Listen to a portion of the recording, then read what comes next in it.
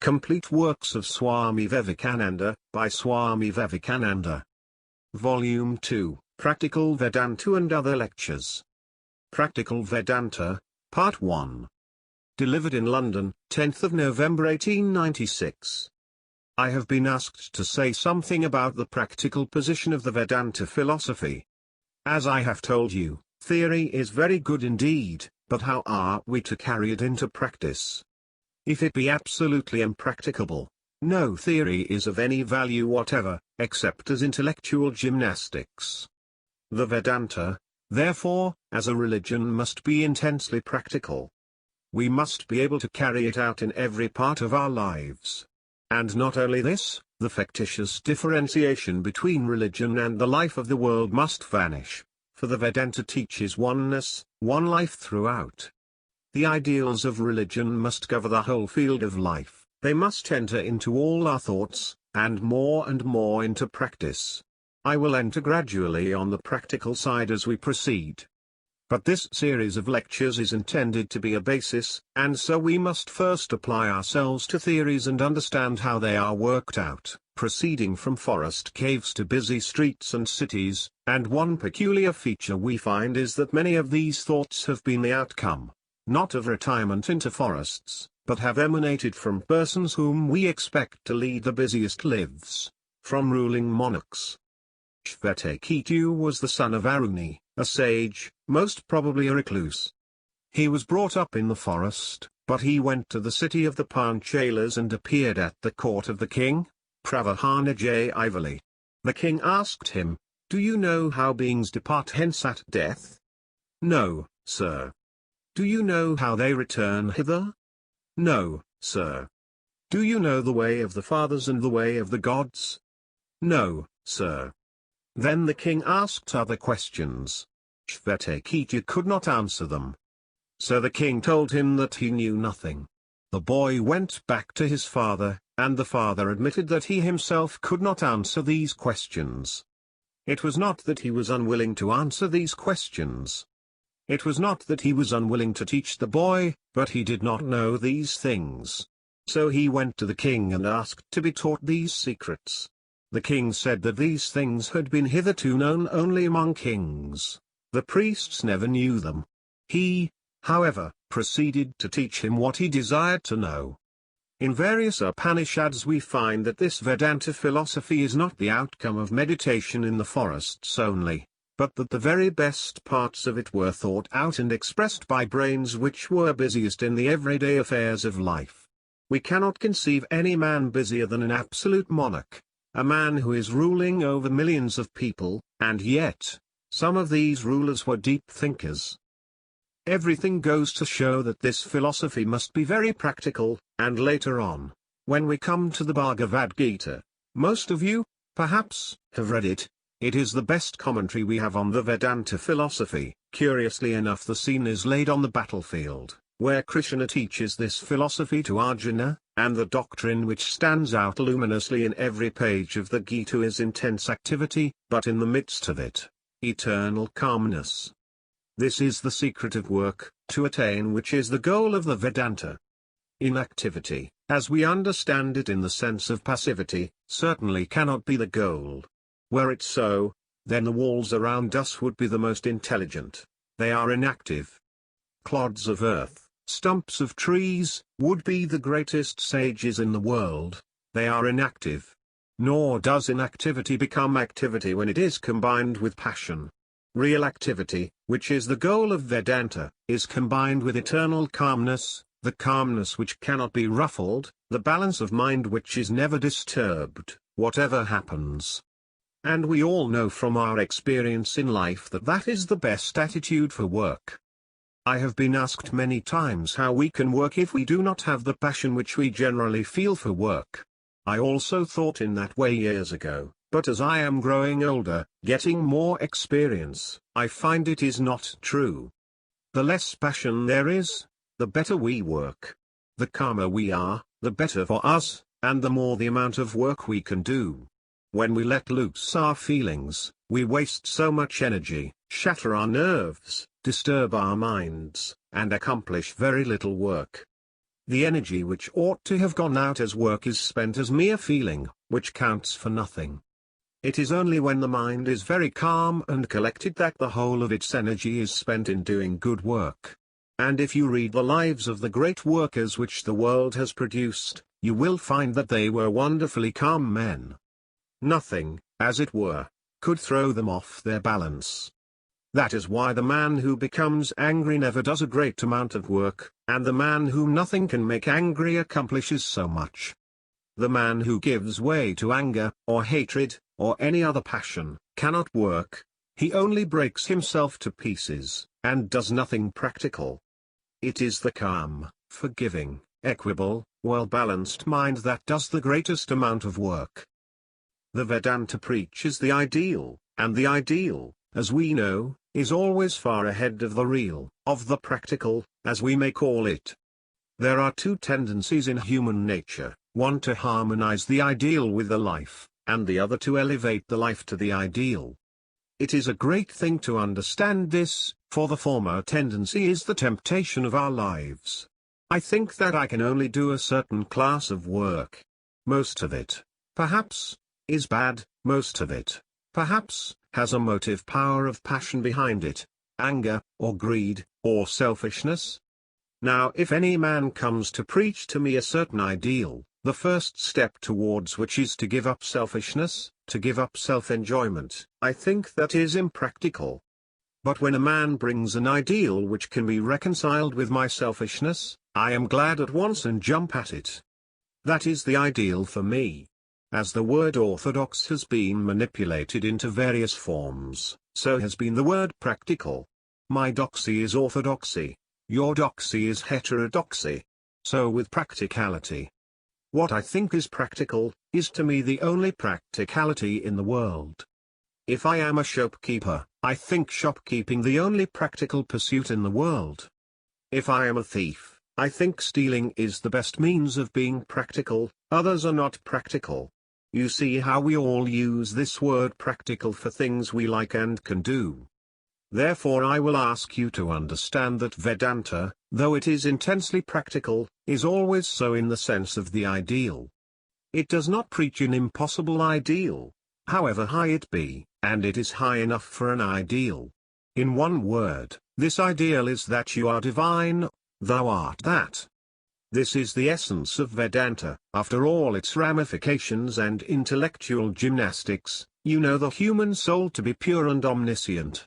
You see that such superstitions as birth and death would be entire nonsense when spoken of in connection with the soul. The soul was never born and will never die, and all these ideas that we are going to die and are afraid to die are mere superstitions. And all such ideas as that we can do this or cannot do that are superstitions. We can do everything. The Vedanta teaches men to have faith in themselves first. As certain religions of the world say that a man who does not believe in a personal God outside of himself is an atheist, so the Vedanta says, a man who does not believe in himself is an atheist. Not believing in the glory of our own soul is what the Vedanta calls atheism. To many this is, no doubt, a terrible idea, and most of us think that this ideal can never be reached, but the Vedanta insists that it can be realized by everyone.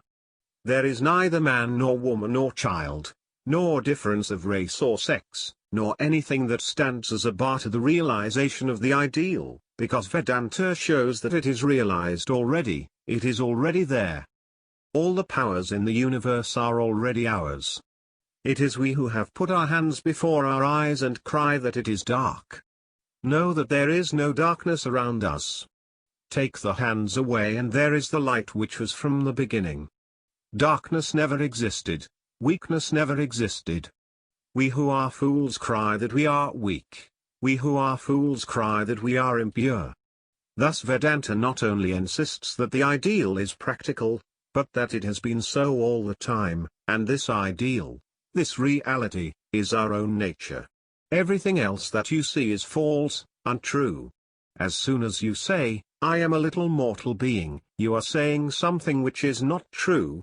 You are giving the lie to yourselves. You are hypnotizing yourselves into something vile and weak and wretched. The Vedanta recognizes no sin, it only recognizes error. And the greatest error, says the Vedanta, is to say that you are weak, that you are a sinner, a miserable creature, and that you have no power and you cannot do this and that. Every time you think in that way, you, as it were, rivet one more link in the chain that binds you down, you add one more layer of hypnotism onto your own soul. Therefore, whosoever thinks he is weak is wrong, whosoever thinks he is impure is wrong, and is throwing a bad thought into the world.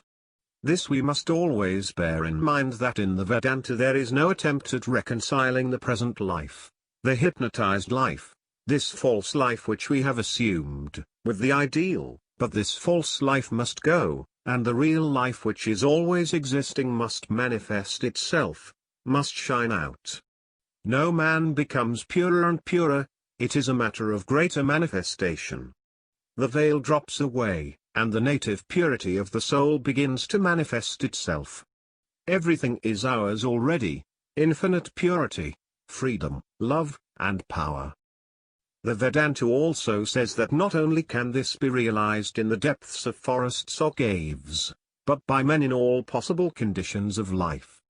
We have seen that the people who discovered these truths were neither living in caves nor forests, nor following the ordinary vocations of life, but men who, we have every reason to believe, led the busiest of lives, men who had to command armies, to sit on thrones, and look to the welfare of millions, and all these, in the days of absolute monarchy, and not as in these days when a king is to a great extent a mere figurehead, yet they could find time to think out all these thoughts, to realize them, and to teach them to humanity.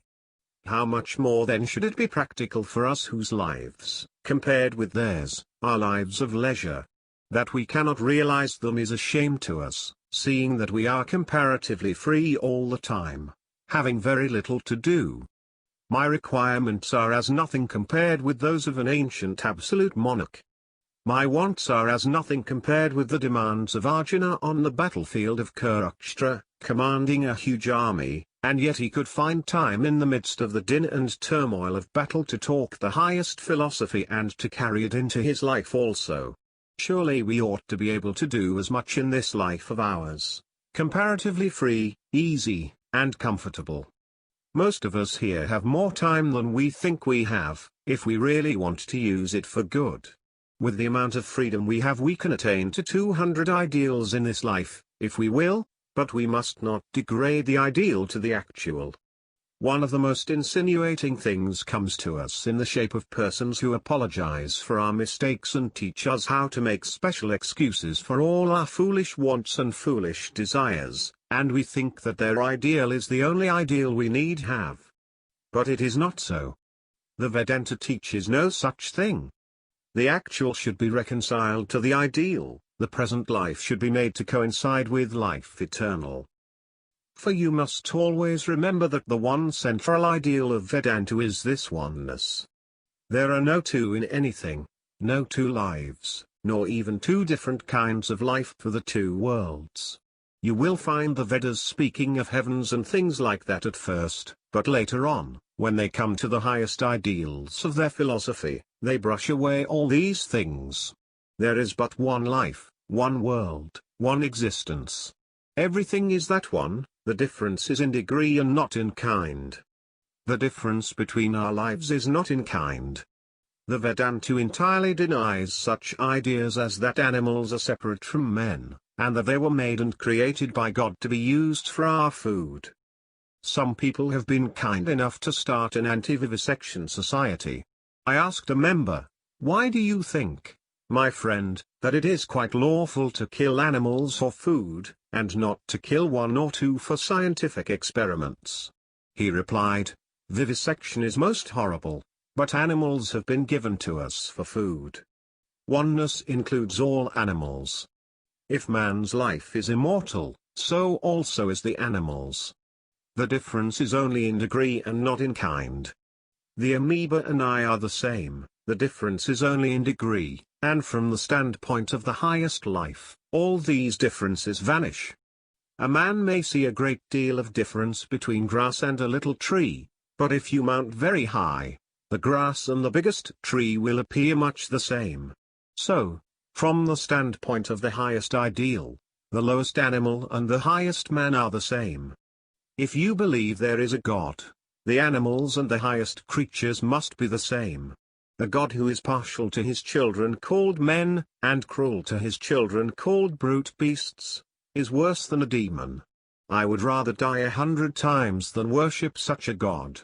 My whole life would be a fight with such a God, but there is no difference, and those who say there is, are irresponsible, heartless people who do not know.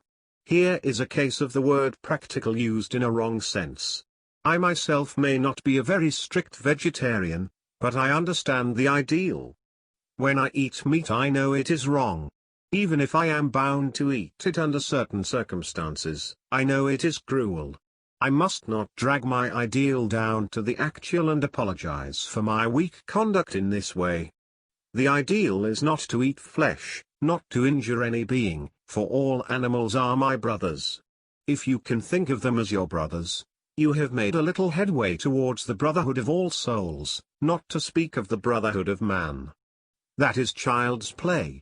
You generally find that this is not very acceptable to many, because it teaches them to give up the actual, and go higher up to the ideal. But if you bring out a theory which is reconciled with their present conduct, they regard it as entirely practical. There is this strongly conservative tendency in human nature. We do not like to move one step forward. I think of mankind just as I read of persons who become frozen in snow. All such, they say, want to go to sleep, and if you try to drag them up, they say, let me sleep, it is so beautiful to sleep in the snow, and they die there in that sleep. So is our nature. That is what we are doing all our life, getting frozen from the feet upwards, and yet wanting to sleep. Therefore you must struggle towards the ideal, and if a man comes who wants to bring that ideal down to your level, and teach a religion that does not carry that highest ideal, do not listen to him. To me that is an impracticable religion. But if a man teaches a religion which presents the highest ideal, I am ready for him. Beware when anyone is trying to apologize for sense vanities and sense weaknesses. If anyone wants to preach that way to us, poor, sense-bound clods of earth as we have made ourselves by following that teaching, we shall never progress. I have seen many of these things, have had some experience of the world, and my country is the land where religious sects grow like mushrooms. Every year new sects arise. But one thing I have marked, that it is only those that never want to reconcile the man of flesh with the man of truth that make progress. Wherever there is this false idea of reconciling fleshly vanities with the highest ideals, of dragging down God to the level of man, there comes decay. Men should not be degraded to worldly slavery, but should be raised up to God. At the same time, there is another side to the question. We must not look down with contempt on others. All of us are going towards the same goal. The difference between weakness and strength is one of degree, the difference between virtue and vice is one of degree, the difference between heaven and hell is one of degree, the difference between life and death is one of degree. All differences in this world are of degree, and not of kind, because oneness is the secret of everything. All is one, which manifests itself, either as thought, or life, or soul, or body, and the difference is only in degree. As such, we have no right to look down with contempt upon those who are not developed exactly in the same degree as we are. Condemn none. If you can stretch out a helping hand, do so. If you cannot, fold your hands, bless your brothers, and let them go their own way. Dragging down and condemning is not the way to work. Never is work accomplished in that way. We spend our energies in condemning others. Criticism and condemnation is a vain way of spending our energies, for in the long run we come to learn that all are seeing the same thing, are more or less approaching the same ideal, and that most of our differences are merely differences of expression. Take the idea of sin. I was telling you just now the Vedantic idea of it, and the other idea is that man is a sinner. They are practically the same, only the one takes the positive and the other the negative side. One shows to man his strength and the other his weakness. There may be weakness, says the Vedanta, but never mind, we want to grow. Disease was found out as soon as man was born. Everyone knows his disease, it requires no one to tell us what our diseases are. But thinking all the time that we are diseased will not cure us. Medicine is necessary. We may forget anything outside. We may try to become hypocrites to the external world, but in our heart of hearts we all know our weaknesses. But, says the Vedanta, being reminded of weakness does not help much. Give strength, and strength does not come by thinking of weakness all the time. The remedy for weakness is not brooding over weakness, but thinking of strength. Teach men of the strength that is already within them. Instead of telling them they are sinners, the Vedanta takes the opposite position, and says, you are pure and perfect, and what you call sin does not belong to you. Sins are very low degrees of self-manifestation. Manifest yourself in a high degree. That is the one thing to remember. All of us can do that. Never say, no, never say, I cannot, for you are infinite. Even time and space are as nothing compared with your nature. You can do anything and everything, you are almighty. These are the principles of ethics, but we shall now come down lower and work out the details. We shall see how this Vedanta can be carried into our everyday life, the city life, the country life, the national life, and the home life of every nation. For, if a religion cannot help man wherever he may be, wherever he stands, it is not of much use. It will remain only a theory for the chosen few. Religion, to help mankind, must be ready and able to help him in whatever condition he is, in servitude or in freedom, in the depths of degradation or on the heights of purity, everywhere, equally, it should be able to come to his aid. The principles of Vedanta, or the ideal of religion, or whatever you may call it, will be fulfilled by its capacity for performing this great function. The ideal of faith in ourselves is of the greatest help to us. If faith in ourselves had been more extensively taught and practiced, I am sure a very large portion of the evils and miseries that we have would have vanished. Throughout the history of mankind, if any motive power has been more potent than another in the lives of all great men and women, it is that of faith in themselves. Born with the consciousness that they were to be great, they became great. Let a man go down as low as possible, there must come a time when out of sheer desperation he will take an upward curve and will learn to have faith in himself. But it is better for us that we should know it from the very first. Why should we have all these bitter experiences in order to gain faith in ourselves? We can see that all the difference between man and man is owing to the existence or non-existence of faith in himself. Faith in ourselves will do everything. I have experienced it in my own life, and am still doing so, and as I grow older that faith is becoming stronger and stronger. He is an atheist who does not believe in himself. The old religions said that he was an atheist who did not believe in God. The new religion says that he is the atheist who does not believe in himself. But it is not selfish faith because the Vedanta, again, is the doctrine of oneness. It means faith in all, because you are all. Love for yourselves means love for all, love for animals, love for everything, for you are all one. It is the great faith which will make the world better. I am sure of that. He is the highest man who can say with truth, I know all about myself. Do you know how much energy, how many powers, how many forces are still lurking behind that frame of yours? What scientist has known all that is in man? Millions of years have passed since man first came here, and yet but one infinitesimal part of his powers has been manifested. Therefore, you must not say that you are weak. How do you know what possibilities lie behind that degradation on the surface? You know but little of that which is within you. For behind you is the ocean of infinite power and blessedness. This Atman is first to be heard of. Hear day and night that you are that soul. Repeat it to yourselves day and night till it enters into your very veins, till it tingles in every drop of blood, till it is in your flesh and bone. Let the whole body be full of that one ideal. I am the birthless, the deathless, the blissful, the omniscient, the omnipotent, ever-glorious soul. Think on it day and night, think on it till it becomes part and parcel of your life. Meditate upon it, and out of that will come work. Out of the fullness of the heart the mouth speaketh, and out of the fullness of the heart the hand worketh also. Action will come. Fill yourselves with the ideal. Whatever you do, think well on it. All your actions will be magnified, transformed, deified, by the very power of the thought. If matter is powerful, thought is omnipotent. Bring this thought to bear upon your life. Fill yourselves with the thought of your almightiness, your majesty, and your glory. Would to God no superstitions had been put into your head. Would to God we had not been surrounded from our birth by all these superstitious influences and paralyzing ideas of our weakness and vileness.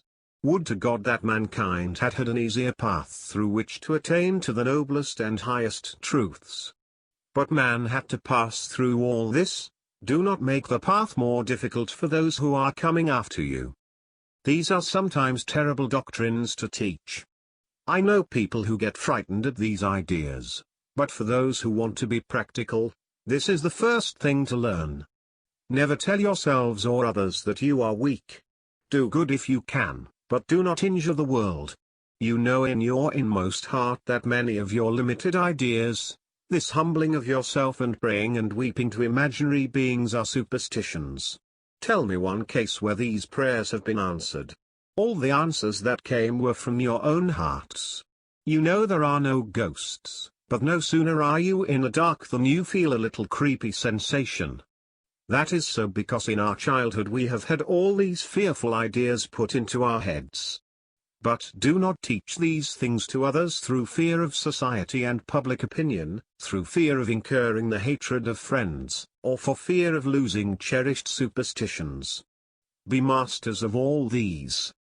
What is there to be taught more in religion than the oneness of the universe and faith in one's self?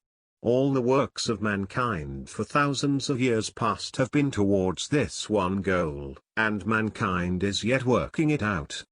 It is your turn now and you already know the truth. For it has been taught on all sides. Not only philosophy and psychology, but materialistic sciences have declared it. Where is the scientific man today who fears to acknowledge the truth of this oneness of the universe? Who is the who dares talk of many worlds? All these are superstitions. There is only one life and one world, and this one life and one world is appearing to us as manifold. This manifoldness is like a dream. When you dream, one dream passes away and another comes. You do not live in your dreams. The dreams come one after another, scene after scene unfolds before you. So it is in this world of 90% misery and 10% happiness. Perhaps after a while it will appear as 90% happiness, and we shall call it heaven, but a time comes to the sage when the whole thing vanishes, and this world appears as God himself, and his own soul as God. It is not therefore that there are many worlds, it is not that there are many lives. All this manifoldness is the manifestation of that one. That one is manifesting himself as many, as matter, spirit, mind, thought, and everything else.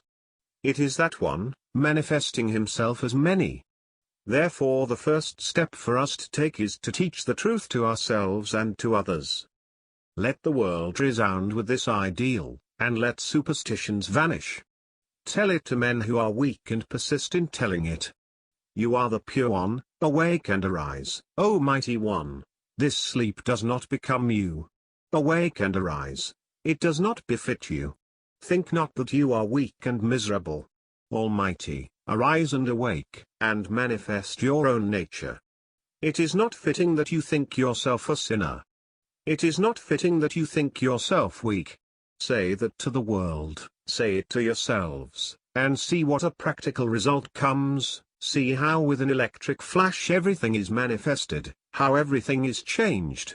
Tell that to mankind, and show them their power. Then we shall learn how to apply it in our daily lives.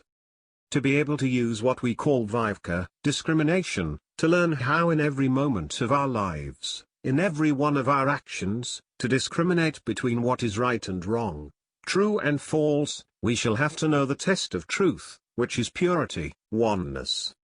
Everything that makes for oneness is truth. Love is truth, and hatred is false, because hatred makes for multiplicity. It is hatred that separates man from man, therefore it is wrong and false. It is a disintegrating power, it separates and destroys. Love binds, love makes for that oneness. You become one, the mother with the child, families with the city, the whole world becomes one with the animals. For love is existence, God Himself, and all this is the manifestation of that one love, more or less expressed. The difference is only in degree, but it is the manifestation of that one love throughout. Therefore in all our actions we have to judge whether it is making for diversity or for oneness. If for diversity we have to give it up, but if it makes for oneness we are sure it is good. So with our thoughts, we have to decide whether they make for disintegration, multiplicity, or for oneness, binding soul to soul and bringing one influence to bear. If they do this, we will take them up, and if not, we will throw them off as criminal. The whole idea of ethics is that it does not depend on anything unknowable, it does not teach anything unknown, but in the language of the Upanishad, the God whom you worship as an unknown God, the same I preach unto thee. It is through the self that you know anything. I see the chair, but to see the chair, I have first to perceive myself and then the chair. It is in and through the self that the chair is perceived. It is in and through the self that you are known to me, that the whole world is known to me, and therefore to say this self is unknown is sheer nonsense. Take off the self and the whole universe vanishes. In and through the self all knowledge comes. Therefore it is the best known of all. It is yourself, that which you call I. You may wonder how this I of me can be the I of you. You may wonder how this limited I can be the unlimited infinite, but it is so. The limited is a mere fiction. The infinite has been covered up, as it were, and a little of it is manifesting as the I. Limitation can never come upon the unlimited, it is a fiction. The self is known, therefore, to every one of us, man, woman, or child, and even to animals. Without knowing him we can neither live nor move, nor have our being. Without knowing this Lord of all, we cannot breathe or live a second. The God of the Vedanta is the most known of all and is not the outcome of imagination. If this is not preaching a practical God, how else could you teach a practical God? Where is there a more practical God than he whom I see before me, a God omnipresent, in every being, more real than our senses? For you are he, the omnipresent God Almighty, the soul of your souls, and if I say you are not, I tell an untruth. I know it, whether at all times I realize it or not. He is the oneness, the unity of all, the reality of all life and all existence. These ideas of the ethics of Vedanta have to be worked out in detail, and, therefore, you must have patience.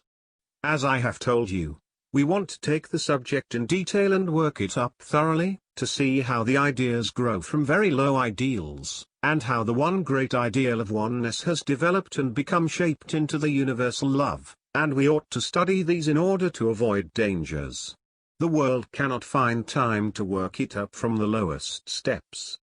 But what is the use of our standing on higher steps if we cannot give the truth to others coming afterwards? Therefore, it is better to study it in all its workings, and first, it is absolutely necessary to clear the intellectual portion, although we know that intellectuality is almost nothing, for it is the heart that is of most importance. It is through the heart that the Lord is seen, and not through the intellect. The intellect is only the street cleaner, cleansing the path for us, a secondary worker, the policeman, but the policeman is not a positive necessity for the workings of society. He is only to stop disturbances, to check wrongdoing, and that is all the work required of the intellect. When you read intellectual books, you think when you have mastered them, Bless the Lord that I am out of them, because the intellect is blind and cannot move of itself. It has neither hands nor feet. It is feeling that works, that moves with speed infinitely superior to that of electricity or anything else. Do you feel? That is the question. If you do, you will see the Lord. It is the feeling that you have today that will be intensified, deified, raised to the highest platform, until it feels everything, the oneness in everything, till it feels God in itself and in others. The intellect can never do that. Different methods of speaking words, different methods of explaining the texts of books. These are for the enjoyment of the learned, not for the salvation of the soul. Vivekananda, 58. Those of you who have read Thomas à Kempis know how in every page he insists on this, and almost every holy man in the world has insisted on it. Intellect is necessary, for without it we fall into crude errors and make all sorts of mistakes. Intellect checks these, but beyond that, do not try to build anything upon it. It is an inactive, secondary help. The real help is feeling, love. Do you feel for others? If you do, you are growing in oneness. If you do not feel for others, you may be the most intellectual giant ever born, but you will be nothing. You are but dry intellect, and you will remain so. And if you feel, even if you cannot read any book and do not know any language, you are in the right way. The Lord is yours. Do you not know from the history of the world where the power of the prophets lay? Where was it? In the intellect. Did any of them write a fine book on philosophy, on the most intricate ratiocinations of logic? Not one of them. They only spoke a few words. Feel like Christ and you will be a Christ, feel like Buddha and you will be a Buddha. It is feeling that is the life, the strength, the vitality, without which no amount of intellectual activity can reach God. Intellect is like limbs without the power of locomotion. It is only when feeling enters and gives them motion that they move and work on others. That is so all over the world, and it is a thing which you must always remember. It is one of the most practical things in Vedantic morality, for it is the teaching of the Vedanta that you are all prophets, and all must be prophets. The book is not the proof of your conduct, but you are the proof of the book. How do you know that a book teaches truth? Because you are truth and feel it. That is what the Vedanta says. What is the proof of the Christs and Buddhas of the world? That you and I feel like them. That is how you and I understand that they were true. Our prophet's soul is the proof of their prophet's soul. Your Godhead is the proof of God Himself. If you are not a prophet, there never has been anything true of God. If you are not God, there never was any God, and never will be. This, says the Vedanta, is the ideal to follow. Every one of us will have to become a prophet, and you are that already. Only know it. Never think there is anything impossible for the soul. It is the greatest heresy to think so. If there is sin, this is the only sin, to say that you are weak, or others are weak.